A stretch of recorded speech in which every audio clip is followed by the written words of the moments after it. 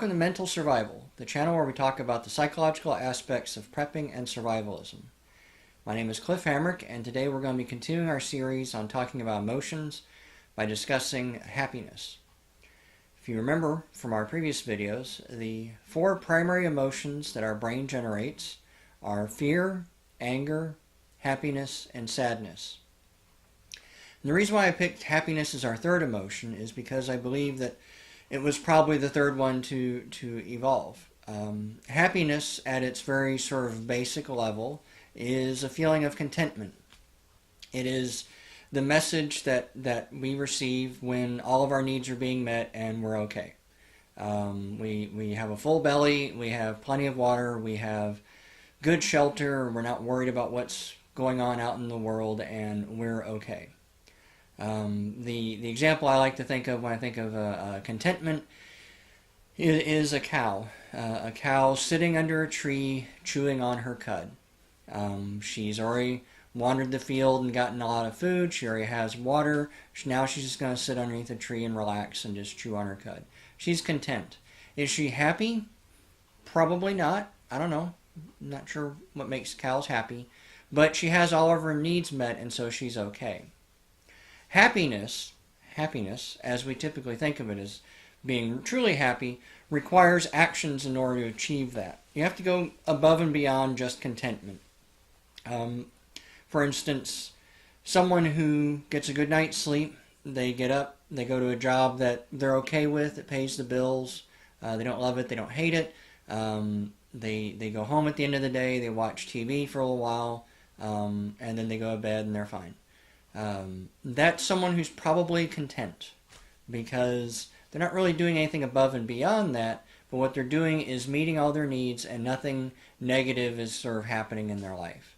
The danger of that sort of living is that all it takes is for one little thing to go wrong, and contentment can go from being content to, I don't know, being anxious about what your job's going to be like, or being depressed because you have no friends, or angry because you're kind of unhappy with your job or something like that.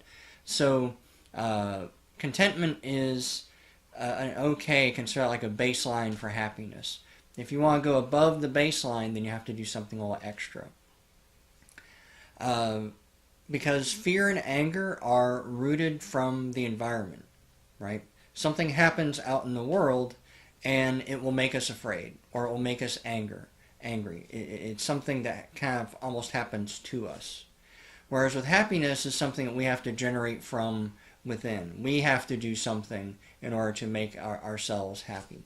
The way I like to think of it is the message that happiness gives us, because remember, all emotions are just information. And so the information that happiness is giving us is that we are making things better. We're not just going along to get along, we are making things better. We're doing something extra. Now exactly what that is probably going to vary from person to person and situation to situation, but that means you have to do something. And when I say making things better, it could be improving your relationships, hanging out with your friends and having a good time, having sex with a significant other. It could be learning something new. It could be exploring something. It could be mastering a new skill or something along those lines. But you're making things better for yourself. If you've ever had that moment, like maybe you're taking a class on bow building or something like that, and you finally get it right, you finally get something, it clicks in your head, that sort of feeling of accomplishment, that's a form of happiness. Remember, all the emotions are basically rooted in the four primary emotions, and then all the other ones come from that. That feeling of accomplishment and self-worth, that's variations of happiness, really.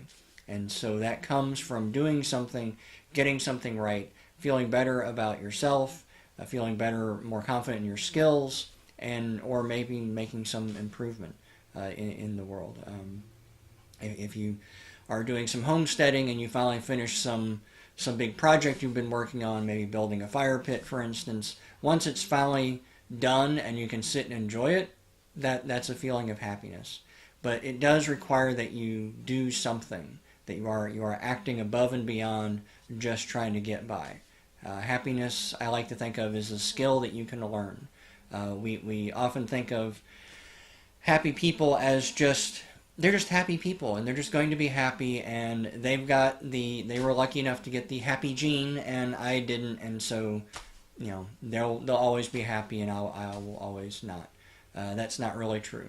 Happiness is a skill. You can learn it. I like to think of happiness as like artistic skill. There are some people who, for whatever reason, have a natural talent for being artists.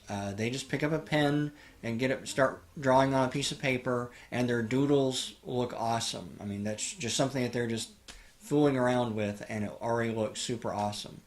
Somebody like me, I do not have any artistic skills at all. If you watch me draw a picture or anything, my pictures have not improved since I was in the second grade. I have zero artistic skill whatsoever. And for whatever reason, I wasn't born with it and they were. But I believe that I could learn to be a good artist. I believe I could learn how to draw. I may have to take some classes, I may have to watch some videos, I may have to practice a lot. In fact, I know I'll have to practice a whole lot, and I'll have to tolerate a lot of frustration to get to that point. But I do believe that I can actually become a good artist if I try. Happiness, I think, is the same way. Everyone can be happy. There are some people who, for whatever reason, are born with, I don't know, a propensity for being happy, and they just kind of look at situations in a positive light, and it doesn't even seem to matter what sort of environment they've been brought up in. There are some people who were raised in some really horrible environments, who've had some really horrible things done to them, but for whatever reason, they can work past it, they can think past it, and they can always stay happy. Whereas there's also other people who have, nothing really bad happened to them in their life. They have plenty of money, no traumas, but they're not very happy people because, they haven't really developed that skill yet. And so one of the things that we know that helps us make us happy is to use our strengths. There is a group called the VIA Institute. VIA as in VIA stands for Values in Action. And this group came up with 24 different strengths that they believe that everybody has, that everyone has them to a certain degree. And I'll try and put them up around the video over here so you can kind of look over them. In their view, everybody has these 24 different strengths, except they're in different orders. Not everybody has them in the same order. So what they did was they came up with a test that allows you to figure out what your strengths are. There's about 240 questions. It took me about an hour to finish it when I took it. And when you're done, it'll spit out a list of all those strengths from the strongest to the weakest in order. And so what I'm going to do is in the description down below, I'm going to put a link to their assessment so you can take it yourself. And what you want to do is take their assessment, look at the strengths, but only look at like the top 3 to 5. Because one of the things that we know that we've learned from positive psychology, which is the study of what makes us happy, so one of the things that we figured out is that using our strengths is what makes us happy, and not working on our weaknesses. That's, for a long time we had this idea, or I've talked to other people who've had this idea, that I'll be happy once I'm better at fill in the blank. And so now they spend all their time working on trying to get good at that thing, and then they're actually just miserable all the time because all their energy is being spent on focusing on how to get better at this thing that they're not good at, rather than actually just doing the stuff that they're good at. Same going back to my little artistry example. One of the reasons why people who have a natural inclination to be good artists draw all the time is because they like it, because they're good at it, and they kind of know that they're good at it. I don't draw, hardly ever. In fact, I try to be as unartistic as I can because it's not what I'm good at. And all I'm doing is making myself frustrated to work on this sort of thing and try and make it better. So what you need to do is figure out what you are good at using these strengths, and then trying to figure out ways you can actually use that in your life. And that is definitely one of the things that'll make you happier. And then that has this sort of cyclical effect that if you're happier, you'll do them more, which makes you better at them, which makes you happier, which means you'll do them more. And then if you can figure out a way to, make that part of your everyday life, make it part of your job, then, suddenly your job is better, you're performing better, making more money, etc., etc. So other ways that we can make ourselves happy, things that we can do. Exercise seems to be one of them. Exercise is one of those things that we know that not only can pull us out of depression, but can push us up into happiness. So one of the things that we've discovered from exercise is it doesn't even really necessarily take that much. One of the studies that you weren't supposed to know about, this was done by a group a while back. They forced the FDA to force the drug companies to release all of their data, not just the studies they wanted to release, but all the studies that they did on all of their drugs. They released all the antidepressants, I believe. And one of the antidepressants, and I can't remember which one, what they did was they did a study where they had 3 groups of people. Everybody had depression. One group just got a placebo pill. The other group got the antidepressant. And then the last group was told to go for a walk for 30 minutes a day. And at the end of the study, they realized that the people who took the placebo got a little bit better. Their depression improved a little bit. That's the placebo effect. And then the folks who took the antidepressant, their depression improved a little bit better than that. Because to get approved by the FDA, antidepressants only really have to be like just a few percentage better than placebo. And then the folks who just went for a walk for 30 minutes a day, their improvements just shot up, just took off. And then, of course, they buried that study because you can't make money off of telling people to go for a walk for 30 minutes a day. But that's one of the things that we did realize is that just that moderate amount of exercise, just going for a walk for 30 minutes a day, is enough to really improve one's depression. So anything you do above and beyond that is perfectly fine. You want to go for a jog, that's fine. You want to go lift weights, that's good too. For a lot of my clients, I tell them doing weights, I think once or twice a week is also good. That helps use the muscle and helps build them up. I think especially a lot of my male clients, I think we maybe just need to use our muscles more, maybe more so than women. But more importantly is to find an exercise that you actually like and then go do that. And don't get too hung up on what kind of exercise or if it's strenuous enough or whatever else that you might be thinking about. Because if you don't like it, you're not going to do it. If all you like to do is just go for a walk, then go do that. If you like to lift weights, you like going to the gym, then go do that. You like rock climbing, kayaking, I don't really care what. Just as long as it's some sort of activity that will help use your body, use your muscles, and then that can help actually make you happy as well. Having hobbies is also a big important aspect. Now, considering most of y'all are probably in the prepping and survivalism realm, you probably have some hobbies. Maybe you don't think of them as hobbies, but you probably have some. If you've ever watched videos on like how to start a fire, all the different ways to start a fire, and you're practicing those sort of things, then that's kind of a hobby as well. If you're practicing primitive skills and you're practicing flint knapping and trying to make arrowheads, that's also a hobby. If you're into sewing or anything else like that, these are also hobbies. Another aspect you'll notice with the hobbies I'm mentioning is that these are all do-it-yourself kind of hobbies. This is another aspect from positive psychology that we've learned is that doing things for yourself, the term they use is self-efficacy, but doing things for yourself can also boost your happiness. You realize that you can fix your own washing machine. You can sew your own clothes. You can grow your own food. You can cook your own food.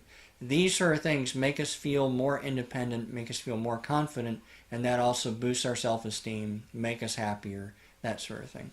Again, I think a lot of people in the prepping and survivalism community, I think we get this. This is one of the reasons why we're probably doing this, is because we like that feeling of independence, and that feeling of not needing to rely on others, and that I can actually do for myself. I can also figure things out for myself, and I can learn and I can grow. And so I think that's not as much of a problem for our community, but for people in general, it's definitely important. So one of the other things that actually we realize make us happier is experiences, doing things, but not buying things.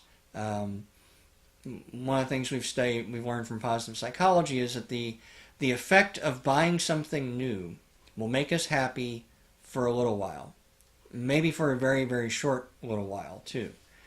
But experiences will stay with us maybe for a lifetime, depending on the experience.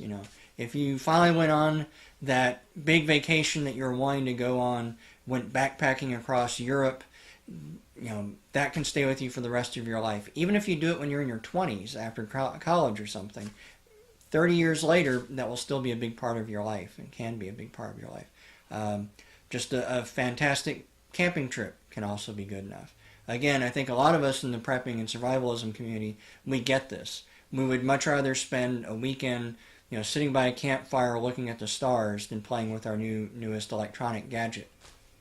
So we're very big on experiences, but that's something to remember when. Well, I hate to say it, but a lot of modern life is big on buying stuff. Buy this and it'll make you happy. Buy that and it'll satisfy your needs. You feel good about yourself and that sort of thing, and you will for a little while. One of the things that we've discovered by talking with shopaholics, people who are addicted to shopping, so to speak, is they are buying stuff to make themselves happy. And I have seen interviews with shopaholics where one lady said that when she would feel down or stressed out or whatever, she'd go shopping. So she'd go to the mall. She would buy a whole bunch of clothes, just try them on. Sometimes she even try them on. Sometimes it was like, oh, that's the right size, and she'll take it with her. And so she's feeling all good. She's getting all excited about all these clothes she's buying. It's like $1,000, but she doesn't care. She goes up to the cash register, and she said the moment that the card was swiped, it was over. She was no longer happy. It was no longer exciting. It was done. Now she just has $1,000 worth of clothes, which she probably doesn't even need because she has a closet full of clothes already. And what she'll do is she'll just go home, throw it on the pile with all the other clothes that she'll never wear, and then that happiness is now gone. In fact, actually, it drives it down because now she's depressed because why did I spend all this money? I'm already so in debt. I have all these clothes I'll never wear. Why do I keep doing this? Then she feels bad. I know it'll make me feel good. Go shopping again. And, the cycle repeats. So buying stuff is not going to make you happy in the long run. So that's another good thing to kind of keep in mind. We also know that money in general doesn't keep us happy. Again, positive psychology did a study on this. They looked at the effect of money on happiness. And so what they discovered was that money does not make us happy, except it kind of does. The way they determined this was that they figured that once someone has enough money to meet all their needs, and then some, then it doesn't have any more impact anymore. Remember, for most of us in modern life, money is our resource. Money, of course, is not food. Money is not water. Money is not shelter. Money is just money. Money is just little bits of paper, and actually it's not even that anymore. It's just numbers on a computer someplace. So money in itself is nothing. But in modern life, money will buy you food. It will buy you water. It will buy you shelter. It will buy you these things. So you need money in order to meet those basic needs, something our ancestors would have never even thought of, wouldn't have even occurred to them. So we do need money to meet all those basic needs. But then humans, we're not just cows that just need, a shady tree and enough grass. We also need other stuff. We need a little, stimulation for our heads. We need a little entertainment. We need to relax. We need to feel secure, that sort of thing. So now we need a little extra money. A little extra money that will help us pay our doctor bills if we have doctor bills. They'll let us get some kind of entertainment. Maybe just go to the movies once a week. Maybe it's to go on a big vacation. Maybe it's to take an extra class or two. And then we just need to feel secure in where that money is coming from. And as long as all of that is met, then we will be very happy. We'll be content at least, but we can push it up to happiness because of all the experiences we can have with all the money that we're going to spend on them, going on vacation, that sort of thing. But past that point, money stops having a real impact anymore. Richer people are not necessarily happier than your middle class folks. Poor people are usually unhappy because they can't meet their needs because they don't have money. That's why they're, the definition of being poor is all the issues that come with poverty. But a middle class person is not necessarily any happier or depressed than a very wealthy person. So just getting a new job that's going to pay more money, that's going to boost your income or whatever else, that's not necessarily going to make you happier. If your new job allows you to use your strengths, allows you to use your expertise, if it meets your values, that's going to make you happier. But that job may not necessarily pay well. That's why you can see people who work behind a bar and they're perfectly happy. They have enough money to meet all their needs and they're okay, but they don't really need to do anything beyond that.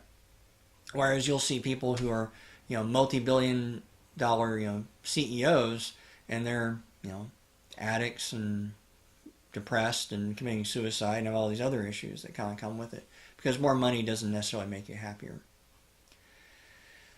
But, there is some dark sides to happiness as well. There are problems with happiness. One of probably the biggest problem with happiness is that it's kind of addictive. We like how it makes us feel. We like being happy. And so we kind of get stuck in this wanting to be happy all the time. In fact, I think modern American life either overtly or covertly sends us this message that you should be happy all the time. It's been kind of building up over the past few decades, certainly within my lifetime. But there's this notion that you should be happy 24/7 all the time, and if you are not, then there's something wrong with you. You're kind of flawed, kind of broken. What's wrong with you? Why aren't you happy? Don't you want to be happy? Just be happy all the time. They made a song about it. Don't worry, be happy. That message that kind of just permeates through our society kind of leads people to making some really bad decisions around it. One is faking it. There are people who don't want to be seen as flawed or imperfect or broken, so they will pretend like they're happy all the time, even when things aren't going well. Even when it's very apparent things are not going well, they will still put on a happy face.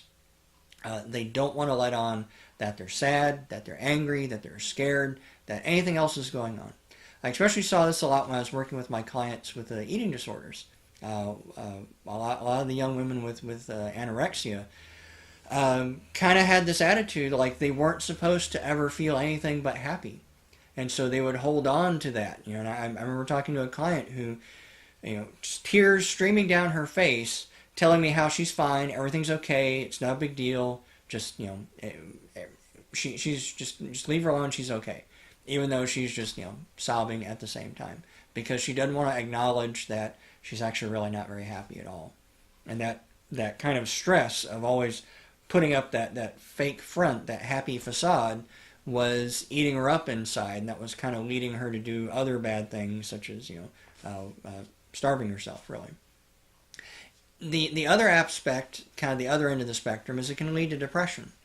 If people get this message that I'm supposed to be happy 24/7, I'm always supposed to be happy and cheerful, and everything's supposed to be great, and life is always supposed to be good, but it's not, well, then what's wrong with me? Oh, I guess I'm broken. I guess I'm flawed. I guess I'll never be happy. I guess this will never, nothing will ever work for me then. There's no point in trying. And so they give up. And of course, as you remember from our discussion, happiness is something you have to do something for. So if you are depressed because you're not happy 24/7 and you're just sort of giving up on happiness, then yeah, you're never going to achieve happiness. And it becomes this self-fulfilling prophecy that just continues on and on. And then the other one, probably the last worst option, is the wanting to be happy 24/7, not wanting to fake it, but wanting to actually feel the happiness, can lead some people to, I think, addictions, substance abuse, drugs and alcohol.